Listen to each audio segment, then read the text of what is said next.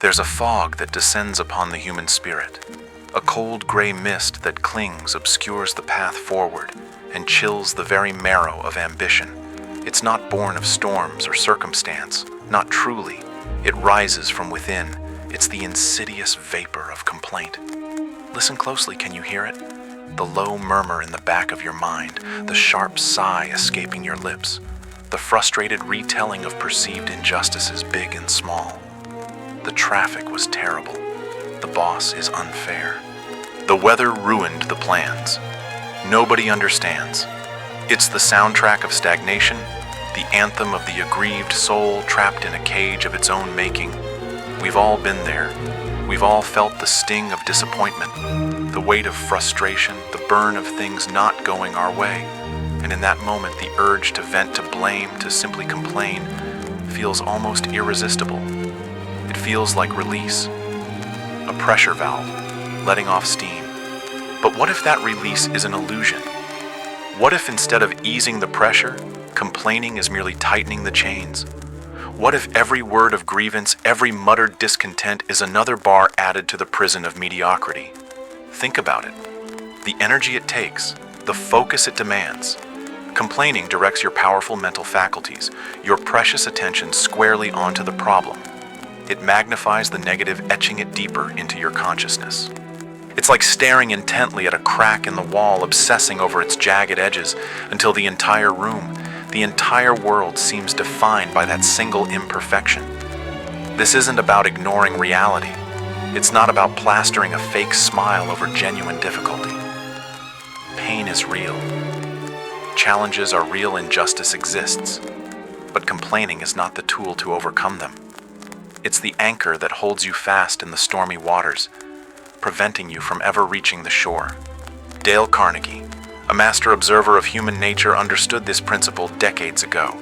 He saw clearly that criticism, condemnation, and complaint were futile. Worse than futile, they were destructive. They put people on the defensive, wounded. Their pride aroused resentment and rarely, if ever, corrected the situation. They lamented. He urged us, pleaded with us, to trade the barren language of fault-finding for the fertile language of understanding, appreciation, and encouragement. And today, in a world amplified by instant communication, where grievances can echo across the globe in seconds, this principle isn't just relevant, it's revolutionary.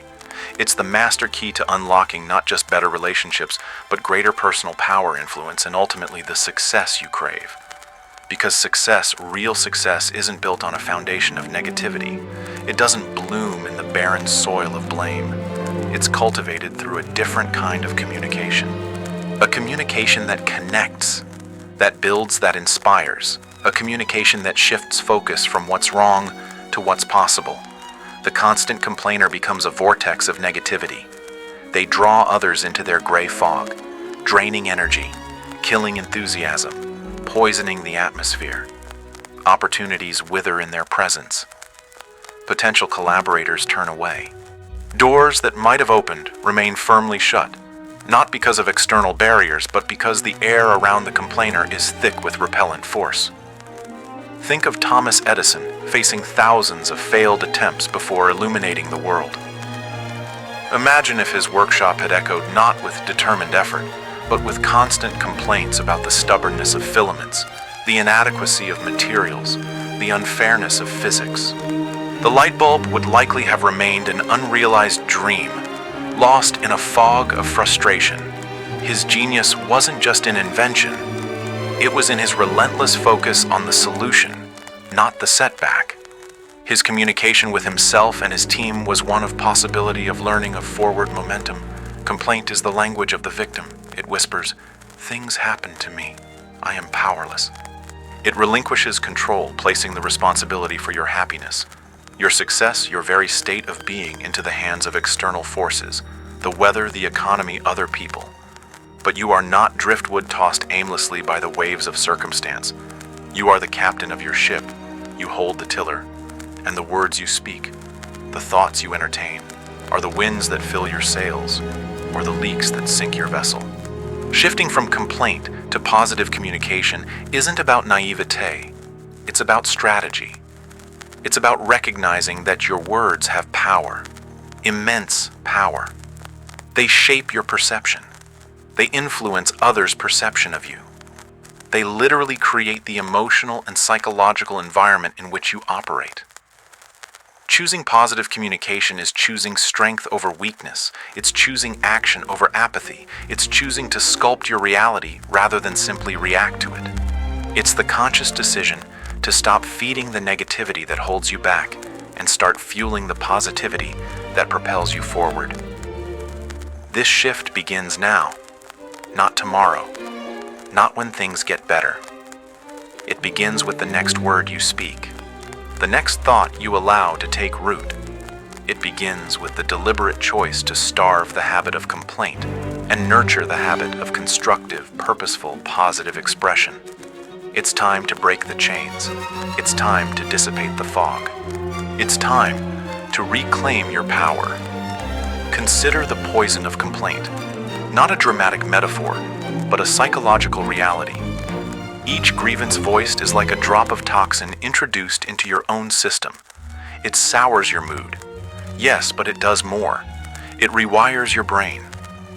Neuroscientists tell us that repetitive negative thinking strengthens the neural pathways associated with those thoughts. Complaining literally trains your brain to find fault, to expect disappointment, to see the world through a lens of lack and limitation. It becomes a self-fulfilling prophecy. You complain about not having opportunities, and your negativity makes you blind to the ones that are right in front of you, or makes you repellent to those who might offer them. You complain about difficult relationships, and your critical approach pushes people further away, confirming your initial belief. It's a vicious cycle fueled by the very words meant to offer release. Think of Napoleon Hill, who spent decades studying the most successful people of his era for his masterpiece, Think and Grow Rich. He didn't find captains of industry who spent their days lamenting market conditions or criticizing competitors. He found individuals possessed of unwavering faith, definiteness of purpose, and a mental attitude tuned towards achievement, not grievance. They understood that dwelling on obstacles only gave them power. Their communication, internal and external, was focused on their goals, on solutions, on possibilities. They spoke the language of success long before they fully achieved it. Complaint is also the thief of presence. When you are mentally rehearsing your frustrations, reliving slights, or formulating your next lament, you are not here. You are not engaged with the present moment, which is the only place where action can be taken, where connection can be made, where life is actually lived. You miss the subtle beauty, the fleeting opportunity, the chance encounter, because your mind is trapped in the murky swamp of yesterday's problems, or tomorrow's anxieties voiced through the filter of complaint. And what does complaint achieve truly? Does it change the past? No. Does it magically solve the problem? Rarely. More often, it simply alienates potential allies. Dale Carnegie pointed out that nobody wins an argument. By the same token, nobody is truly persuaded or motivated by a complaint. People may offer sympathy sometimes, genuinely sometimes out of obligation. But sympathy is not respect. Sympathy is not collaboration. Sympathy does not build the bridges needed for significant achievement. Instead of complaining about a situation, the architect of their own destiny asks, "What can I do about this? How can I influence this? What is within my control?" This shift in questioning is the beginning of the antidote. It moves the locus of control from the external back to the internal where it belongs. This isn't about suppressing legitimate concerns. There's a vast difference between whining and raising a valid issue constructively. Complaining focuses on blame and negativity. This is terrible and it's your fault. Constructive communication focuses on solutions and collaboration. We seem to have a challenge here. How can we work together to improve this? The first builds walls, the second builds pathways. The language we use programs our subconscious mind. If your internal and external dialogue is consistently negative, focused on lack, hardship, and fault, your subconscious accepts this as your reality. It will then filter your perceptions and guide your actions to align with that reality. You literally become what you complain about. Break this pattern. Starve the negativity. When the urge to complain arises, and it will, for it is a deeply ingrained habit for many, pause. Take a breath. Ask yourself, what is the purpose of voicing this complaint? Will it actually improve the situation? Will it build a bridge or dig a trench? Is there a more constructive way to frame this? Perhaps the issue needs to be addressed. Address it with clarity, focusing on the facts and the desired outcome, not on blame or emotional venting. Frame it as a problem to be solved together. As Carnegie advised, try honestly to see things from the other person's point of view. What are their constraints? What is their perspective? Approaching it with empathy, even when disagreeing, transforms a potential conflict into a potential collaboration. More often than not, however, the complaint serves no constructive purpose. It's simply noise. It's the ego, demanding attention for its perceived suffering. In these cases, the strongest, most empowering action is silence, not suppressed anger, but conscious release. Acknowledge the frustration internally, then let it go. Redirect that mental energy towards something productive. Focus on what you can control: your attitude, your response, your next action. This requires discipline. It requires conscious effort. Breaking the habit of complaint is like strengthening a muscle. It takes consistent practice, but the rewards are immense. You reclaim your mental energy. You improve your relationships. You cultivate an aura of resilience and capability that attracts positive attention and opportunities. You start to see solutions where before you only saw problems. Think of Abraham Lincoln steering a nation through its darkest hour. Beset by incompetent generals, political backstabbing, battlefield losses, and the immense weight of a divided country. The pressure was unimaginable. Yet his letters and speeches, while acknowledging the grim realities, are infused with determination, with purpose, with a profound sense of responsibility, not victimhood. He communicated resolve, not resignation. He sought understanding and unity, even amidst conflict. Could he have complained endlessly? But he understood that leadership and indeed personal fortitude demanded a higher form of communication. It demanded focusing the nation's spirit and his own on the path forward. However difficult, your words are your tools. Are you using them to build the life you desire, or to reinforce the walls of the prison you lament? The choice, as always, rests with you. Choose to lay down the heavy, corrosive tool of complaint. Choose instead the power, the precision, the constructive potential of positive communication. It is the first essential step towards mastering your circumstances and achieving lasting success. So how do we begin this rewiring? How do we shift from the default setting of complaint to the empowering frequency of positive communication? It starts with recognizing the narrative you're telling yourself, the story you repeat day in and day out about your life, your work, your circumstances. Is it a tale of woe, a chronicle of misfortune, a list of grievances? Or is it a story of resilience, of learning, of striving towards a goal? The complainer often sees themselves as a victim of circumstance, tossed about by forces beyond their control. I can't get ahead because the economy is bad. I can't be happy because my partner doesn't understand me. I can't pursue my dream because I don't have enough time, money, support. The language is laced with can't, don't, and external blame. The victor, even amidst hardship, speaks a different language. The economy is challenging, so I need to find innovative ways to add value. My partner and I have different perspectives. How can I bridge that gap through better communication and understanding? My resources are limited right now, so I must be strategic and disciplined in carving out time and finding creative ways to fund my dream. The language here is about how, can, will, and internal responsibility. This is not mere semantics. This is a fundamental shift in mindset. It's the conscious decision to take ownership of your experience. Viktor Frankl, surviving the horrors of Nazi concentration camps, observed that the one thing the guards could not take away was his freedom to choose his attitude in any given set of circumstances. Even in the depths of unimaginable suffering, he found meaning and purpose, refusing to succumb to the victim narrative. His survival and his subsequent influential work in logotherapy became a testament to the power of internal choice over external conditions. Complaining would have been understandable, perhaps even justified, but it would not have been useful. It would not have fueled the will to live. Embracing this ownership means abandoning the seductive comfort of blame. Blame feels good for a fleeting moment. It absolves us of responsibility, but it's a poisoned chalice. It keeps us stuck.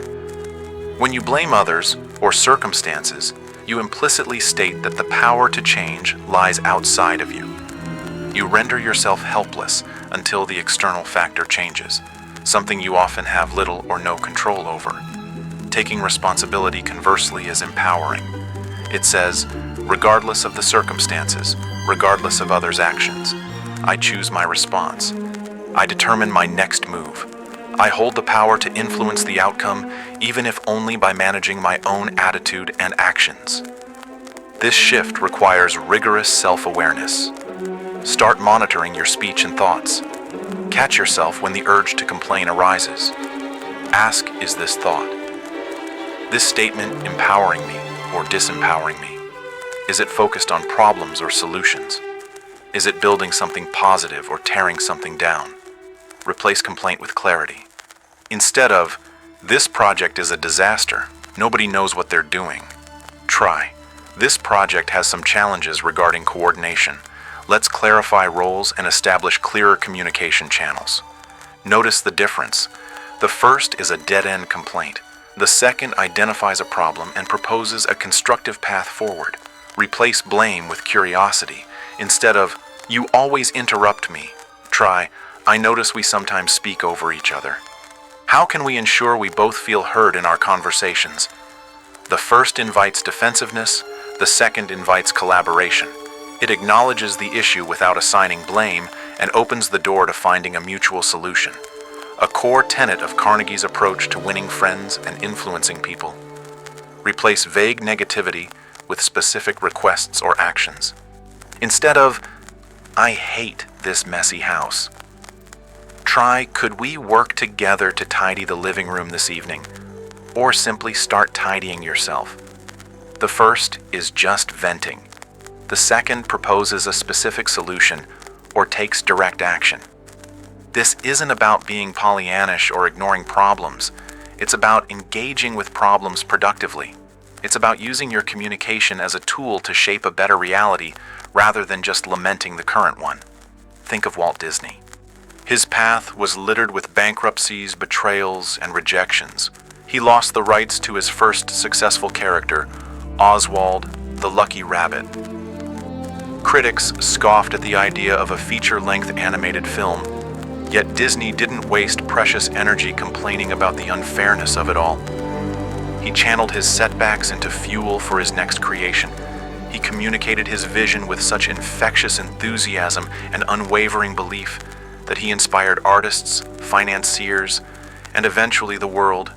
His communication wasn't focused on the obstacles, it was relentlessly focused on the dream, on the magic he wanted to create. He transformed challenges into stepping stones through the power of his perspective and his positive, forward-looking communication. Your mind is a garden. Complaining is like planting weeds. Positive, constructive communication is like planting seeds of flowers and fruit. Both require attention and cultivation. Which garden do you want to live in? Cultivate the habit of appreciation.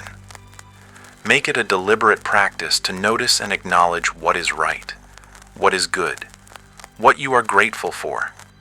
This actively counteracts the brain's negativity bias and shifts your focus away from perceived lacks. Carnegie emphasized the power of sincere appreciation, perhaps more than any other principle. He knew that acknowledging the good in others and in our circumstances is magnetic. It draws more good towards us. It opens hearts and minds. When you stop complaining, you create space. Space in your mind, space in your conversations, space in your relationships. Into that space can flow creativity, solutions, connection, and joy. You move from being a reactor tossed about by events to being a creator shaping your experience through conscious choice and powerful positive communication. This is the pathway from victim to victor.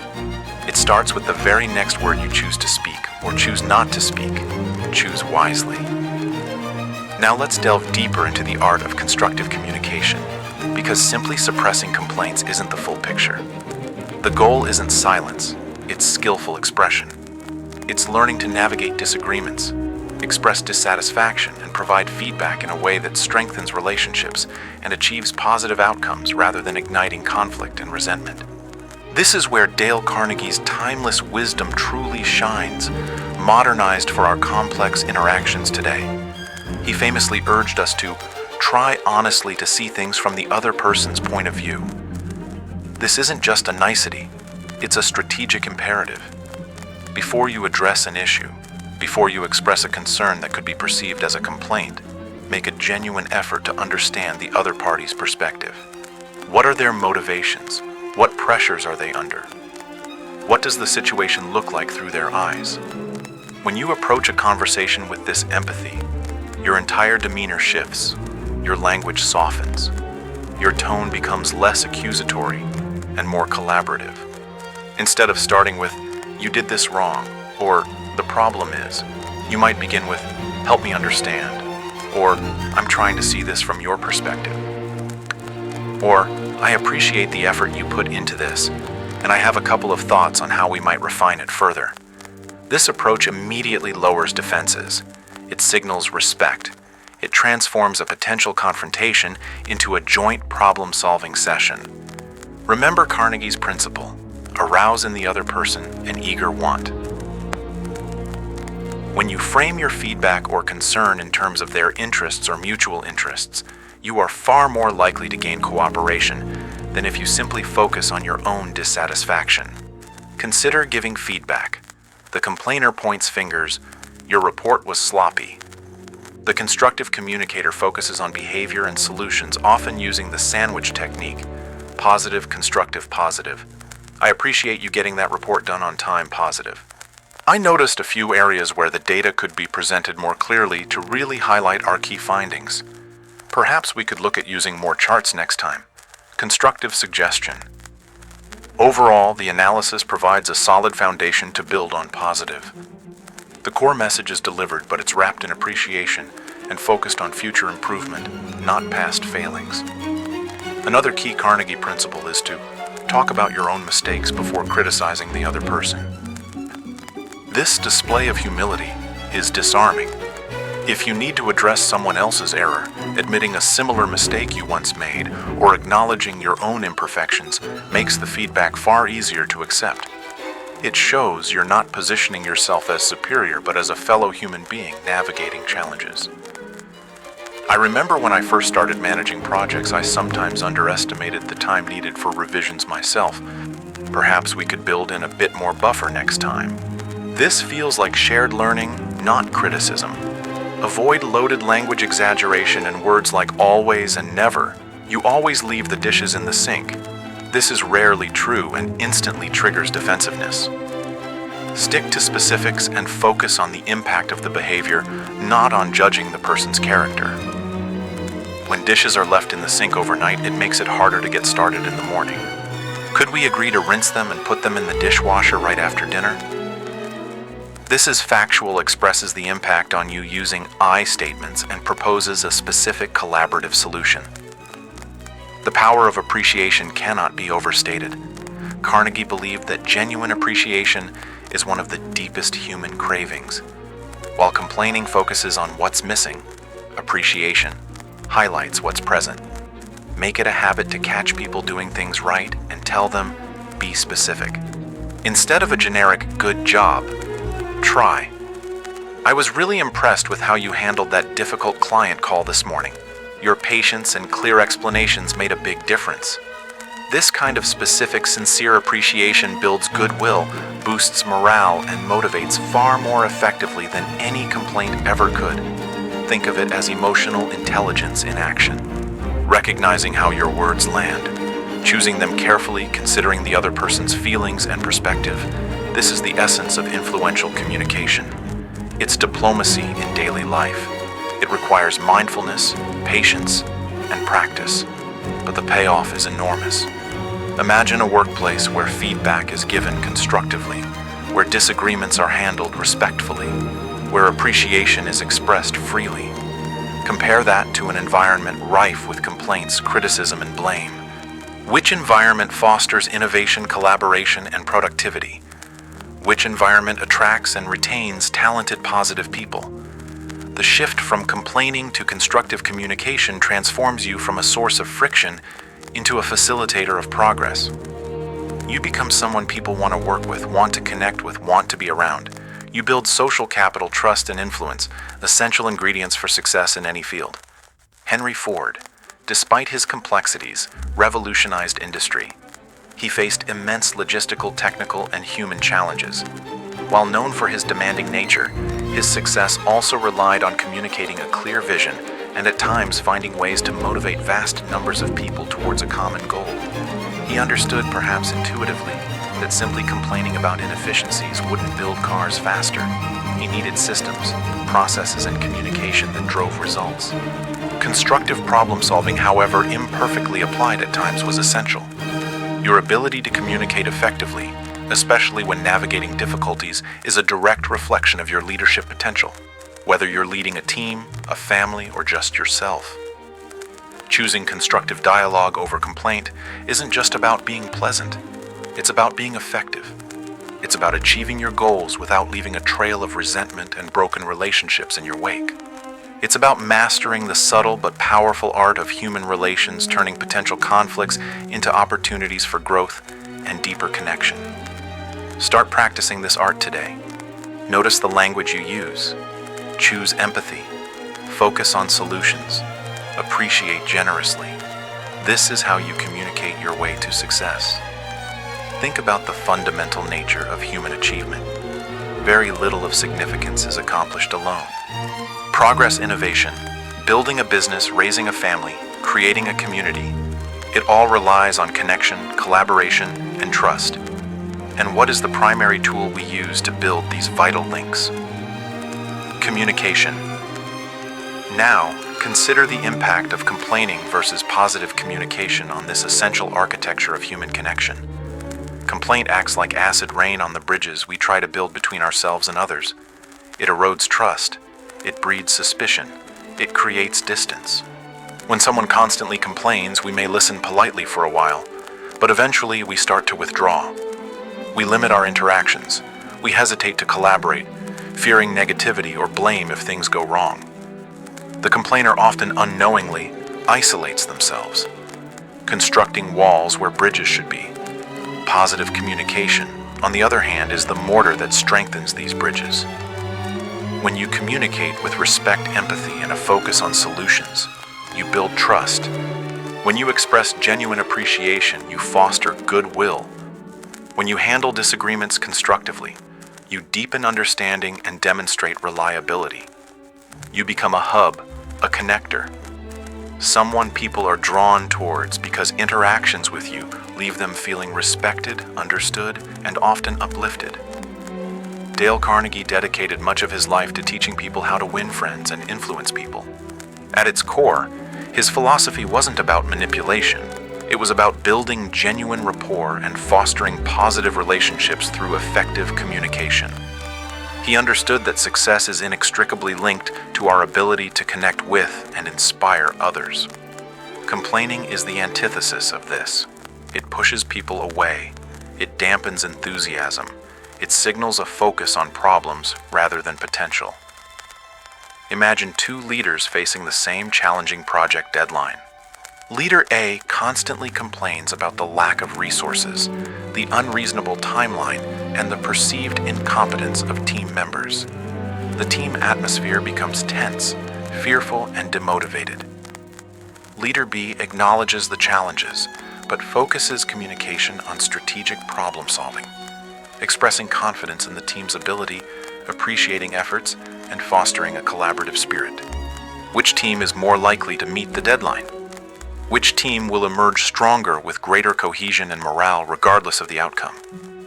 Which leader is building bridges for future success? The choice to abandon complaint and embrace positive communication is a choice to become a bridge builder. It's a commitment to fostering environments where collaboration can flourish, where ideas can be shared openly without fear of ridicule, and where people feel motivated to contribute their best work. This applies not just in professional settings, but in every aspect of life.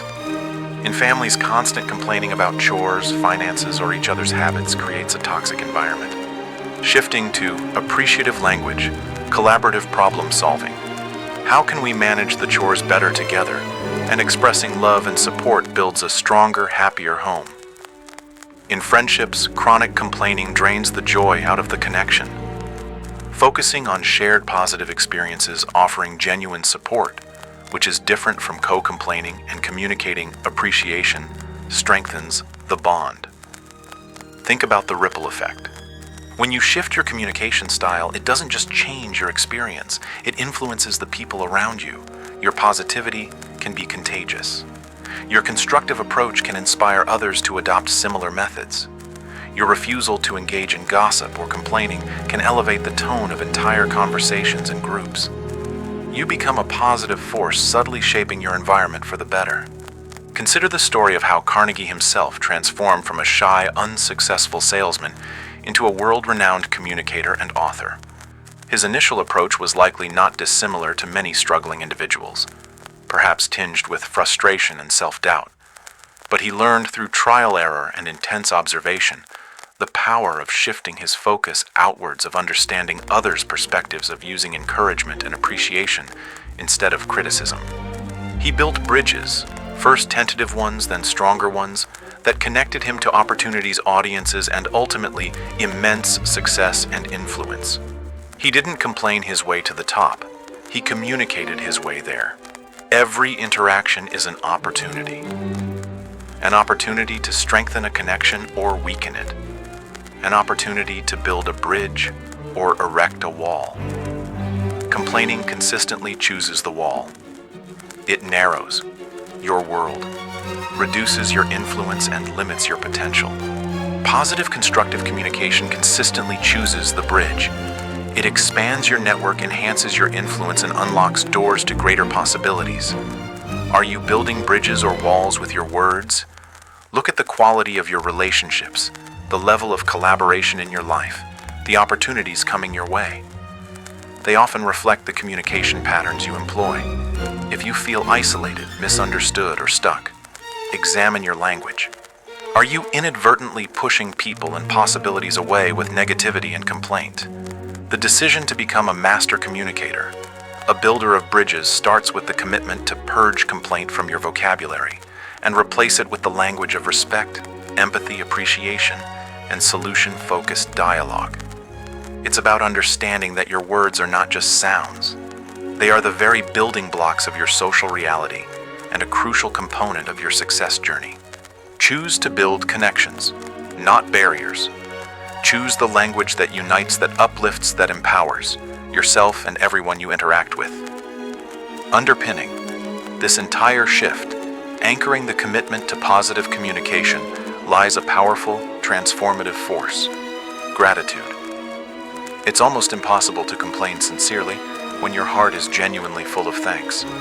The two states are largely incompatible. Complaint thrives in the soil of perceived lack, while gratitude flourishes in the awareness of abundance, however small. Shifting from complaint isn't just about changing your words, it's about fundamentally changing your focus. The complainer's lens is habitually fixed on what's wrong, what's missing, what's unfair. The grateful heart actively seeks out and acknowledges what's right, what's present, what's good. This shift in perspective is not merely a mental trick, it's a profound recalibration of your entire being. Dale Carnegie emphasized appreciation for others, but the principle extends inward and outward to encompass our entire experience. Cultivating gratitude is the bedrock upon which positive communication naturally rests. When you start your day by consciously acknowledging things you're thankful for, the breath in your lungs, the roof over your head, a supportive friend, a challenging opportunity that pushes you to grow, you set a positive trajectory for your thoughts and interactions. This practice actively counteracts the negativity bias hardwired into our brains for survival. Our ancestors needed to be acutely aware of threats and problems. But in our modern world, this bias unchecked can lead to a chronic state of dissatisfaction fueled by complaint. Gratitude is the conscious countermeasure. It trains your brain to scan for the positive, to recognize the blessings amidst the burdens. Think about the energy of gratitude versus the energy of complaint. Complaint feels heavy, draining, constricting. Gratitude feels light, expansive, energizing. Which energy do you want to carry with you throughout your day? Which energy do you want to infuse into your interactions, your work, your pursuit of success? Gratitude doesn't mean ignoring difficulties. You can be grateful for your health while acknowledging the stress of a demanding job. You can appreciate your family while working through a disagreement. Gratitude provides a foundational sense of resourcefulness and perspective that allows you to face challenges without succumbing to the negativity of complaint. It reminds you of the strengths, resources, and support systems you do have, making problems seem less overwhelming and solutions more attainable. Furthermore, gratitude is magnetic. Just as complaining repels, gratitude attracts. People are drawn to genuinely grateful individuals. Their positivity is infectious. Their lack of entitlement is refreshing. Expressing gratitude towards others for their help, their presence, their efforts is perhaps the most powerful form of positive communication taught by Carnegie. It costs nothing yet. It yields immense returns in goodwill, loyalty, and strengthened relationships. Imagine incorporating a daily gratitude practice. Perhaps keeping a journal mentally listing blessings during your commute, or expressing thanks more consciously to those around you. This isn't about adding another task to your to-do list. It's about cultivating a state of being, a state where appreciation flows more readily than criticism, where contentment outweighs complaint. Consider the seemingly insurmountable challenges faced by individuals like Helen Keller, blind and deaf from infancy. Her world could easily have been defined by what she lacked. Yet through the dedicated guidance of Anne Sullivan and her own indomitable spirit, she learned to communicate, graduated college, became a renowned author and activist. Her writings often speak of profound gratitude for her teacher, for the ability to learn, for the richness of her inner life. She focused not on the darkness and silence, but on the connections and knowledge she could attain. Her life became a testament to the power of focusing on possibilities and gratitude, even in the face of extreme limitations. Complaining would have been her prison. Gratitude became her key to freedom and influence. When you approach communication from a place of gratitude, your language naturally becomes more positive. You're less likely to nitpick or find fault. You're more inclined to offer encouragement, express appreciation, and seek understanding. Your focus shifts from personal grievance to shared progress. This doesn't mean you become passive or accept unacceptable situations. You can still address problems, negotiate assertively, and set boundaries. But you do so from a place of inner resourcefulness and respect, rather than from a place of victimhood and blame. Your communication carries the weight of constructive intent, not the corrosive acid of complaint. Start today. Identify 3 things right now for which you are genuinely grateful. Feel that appreciation. Let it settle in your heart. Now carry that feeling forward. Let it be the filter through which you view your circumstances and interact with others. Notice how it softens the edges of frustration. Notice how it opens doors to more positive exchanges. Gratitude is the fertile ground from which consistent positive communication grows. It starves the weeds of complaint and nurtures the seeds of connection, resilience, and success. Cultivate your garden of gratitude daily, and watch how the language you use, the relationships you build, and the results you achieve begin to blossom. It is the silent partner to every principle of effective human relations, the foundation upon which a life free from the chains of complaint can be built. Life inevitably presents challenges. Setbacks occur. Plans go awry. Obstacles rise unexpectedly on our path. It is in these moments, perhaps more than any other, that the choice between complaint and constructive communication reveals its true power. It's the difference between crumbling under pressure and forging resilience. The reflex reaction for many when faced with difficulty is to complain. to lament the unfairness to blame external factors to focus on the negative impact of the setback. This reaction, while understandable, is profoundly disempowering. It fixates energy on the problem, reinforces feelings of helplessness, and often demoralizes those around us who might otherwise be sources of support or solutions. Complaining in the face of adversity is like throwing fuel on the fire of negativity. Contrast this with the response rooted in positive communication and a resilient mindset. This approach acknowledges the difficulty without dwelling on blame. It seeks understanding. Okay, this unexpected challenge has emerged. What exactly happened? What are the immediate impacts? It maintains composure, preventing panic from clouding judgment, and crucially, it shifts focus rapidly towards solutions and adaptation. What are our options now? What resources can we leverage? What can we learn from this? How do we move forward? This is resilience communicated. It's not about pretending the problem doesn't exist. It's about framing the narrative around response learning and forward momentum, rather than around grievance and victimhood. This positive framing has a powerful effect, both internally and externally. Internally, it preserves mental energy, fosters creative problem solving, and maintains a sense of agency, the belief that you can still influence the outcome. Externally, it inspires confidence in others, encourages collaboration, and signals leadership. Think of explorers charting unknown territories. They faced storms, dwindling supplies, treacherous terrain, uncertain maps. Constant complaining about the harsh conditions or the errors of previous assumptions would have served no purpose other than to erode morale and hasten failure. Successful explorers, while undoubtedly experiencing fear and frustration, focused their communication on navigation, resource management, observation, and maintaining the crew's discipline and hope. They communicated possibility and action even amidst peril. Their resilience was expressed through their determined, solution-oriented communication. Dale Carnegie's principles applied here guide us toward resilience.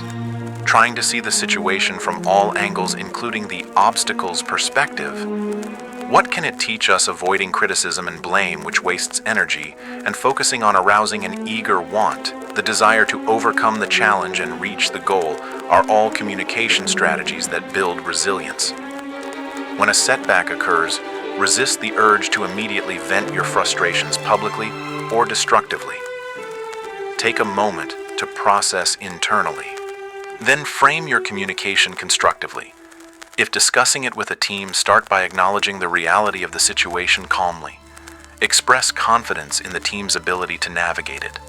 Invite collaborative problem solving.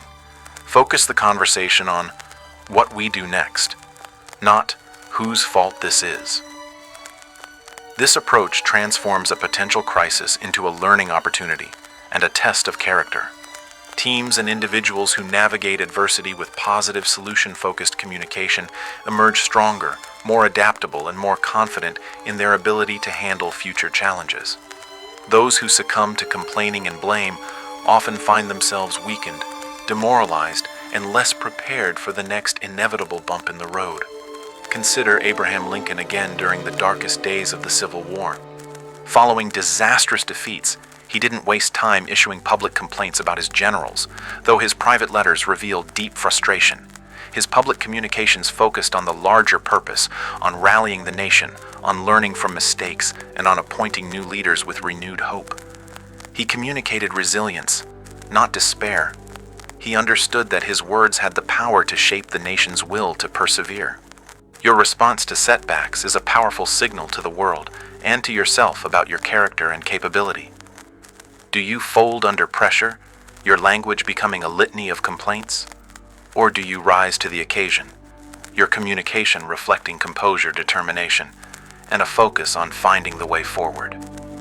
This resilience fueled by positive communication is not about pretending challenges aren't painful or difficult.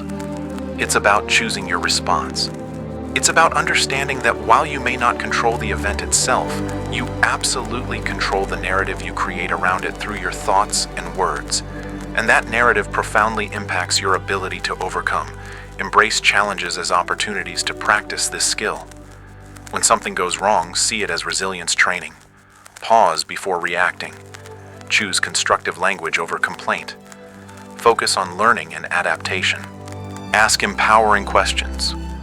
What good can come from this? What lesson is here for me? How can I turn this obstacle into a stepping stone? By consistently choosing this path, you build a formidable inner strength. You become adaptable, resourceful, and less easily thrown off course. You develop a reputation as someone who remains steady under pressure, a problem solver, a leader. This resilience communicated through your actions and your words is an invaluable asset on the journey to any significant success. It ensures that setbacks become setups for comebacks and difficulties, become fuel for growth rather than anchors of complaint, dragging you down. Stop complaining about the storm. Learn to communicate your way through it, and you'll find yourself capable of navigating any sea. The shift from complaint to positive communication is not merely a personal development exercise, it's a fundamental leadership competency. Whether you lead a multinational corporation, a small team, a community group, a classroom, or your own family, the way you communicate sets the tone, shapes the culture, and profoundly influences the outcomes. Complaint is the language of poor leadership. Positive communication is the hallmark of influence and inspiration. Think about the leaders you admire, the people who naturally draw others towards a common goal. Do they spend their time whining about obstacles, blaming others for failures, or fostering a climate of negativity? Or do they articulate a compelling vision, acknowledge challenges, constructively empower their people, express appreciation for efforts, and communicate with optimism and resolve? A leader who constantly complains creates an environment of fear and anxiety. Team members become hesitant to take risks or bring up potential problems, fearing blame. Morale plummets. Energy is wasted on managing the leader's negativity, rather than focusing on productive work. Complaint from a leader acts like a poison, infecting the entire organism of the team or organization, breeding cynicism and disengagement. Conversely, a leader who masters positive communication builds a culture of trust, collaboration, and resilience. By framing challenges as opportunities, focusing on solutions, and appreciating contributions, they empower their people. They create psychological safety, where individuals feel comfortable sharing ideas, admitting mistakes, viewed as learning opportunities, and supporting one another. This positive environment becomes a breeding ground for innovation, loyalty, and high performance. Dale Carnegie's principles are in essence a leadership manual for positive influence.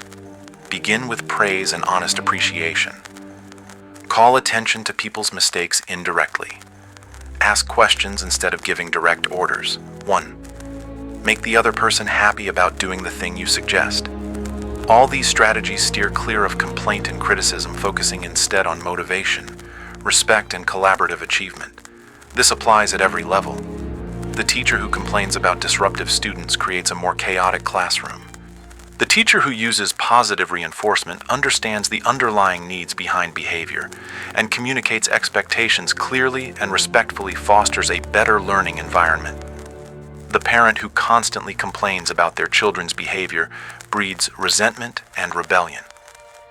The parent who uses encouragement sets clear boundaries with empathy and expresses love and appreciation, builds stronger character and closer relationships. Your communication creates ripples.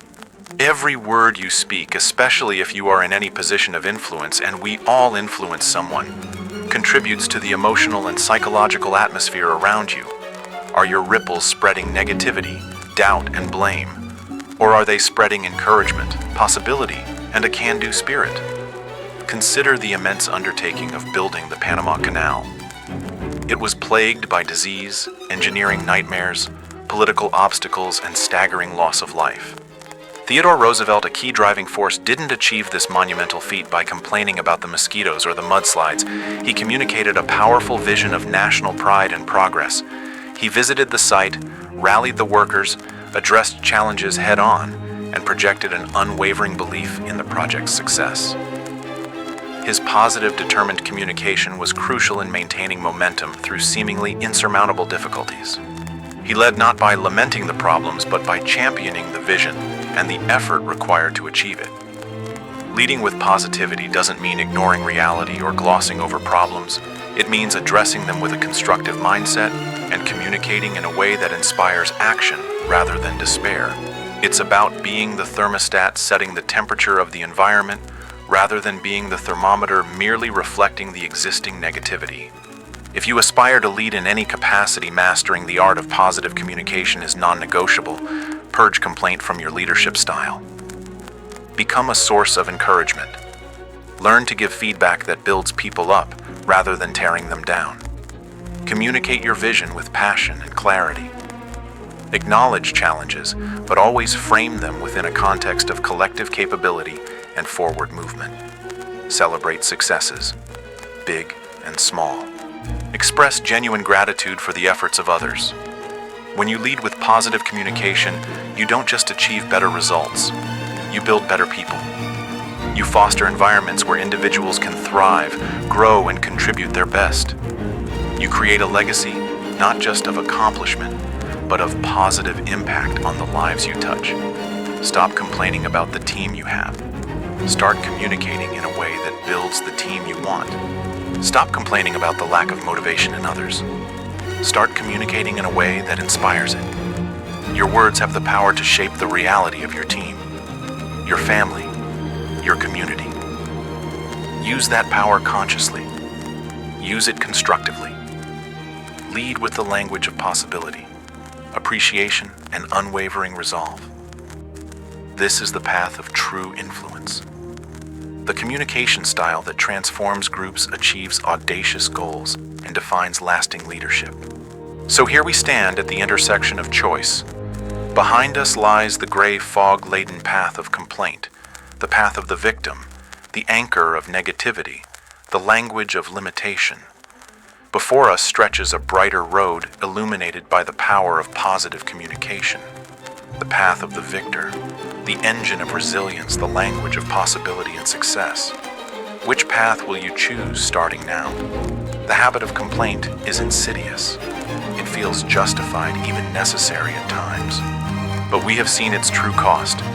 It poisons our mindset, erodes our relationships, sabotages our potential, and chains us to the very circumstances we lament. It drains our energy, blinds us to opportunity, and isolates us in a prison of our own making. It is the antithesis of influence, the opposite of leadership, the roadblock to the success you deserve. But the antidote is within your grasp. It lies in the conscious, deliberate choice to shift your communication, to starve the negativity and feed the positive, to replace blame with responsibility, criticism with constructive feedback, fault-finding with appreciation. This is not about ignoring reality or suppressing genuine feelings. It is about choosing the most effective and empowering response to reality. It's about harnessing the incredible power of your words, the tools that shape your thoughts, influence others, and ultimately create your world. Remember the giants upon whose shoulders we stand. Edison illuminating the world not through complaint, but through relentless solution-focused effort. Lincoln holding a nation together not with grievances, but with words of resolve and unifying purpose. Carnegie transforming lives by teaching the simple, profound power of appreciation and understanding over criticism. Disney building empires of imagination by communicating his vision with infectious belief, turning setbacks into stepping stones. They understood that the language we use dictates the altitude we reach.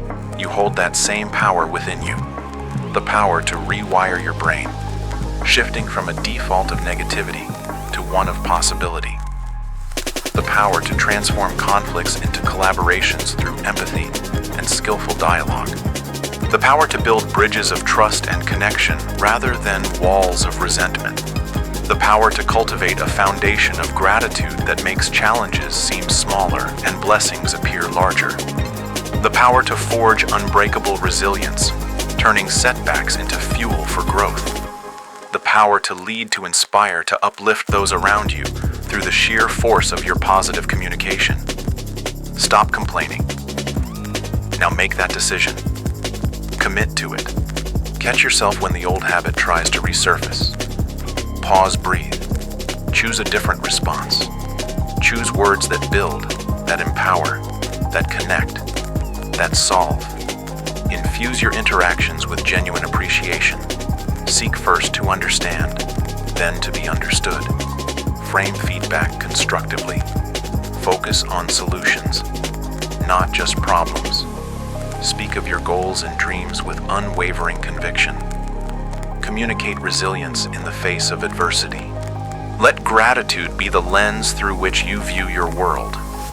This is not a one-time fix. It is a lifelong practice, a commitment to mindful communication, a dedication to becoming the architect of your own positive reality.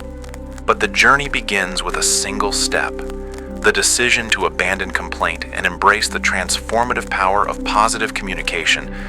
The success you seek, whether in your career, your relationships, your personal growth, is inextricably tied to the quality of your communication.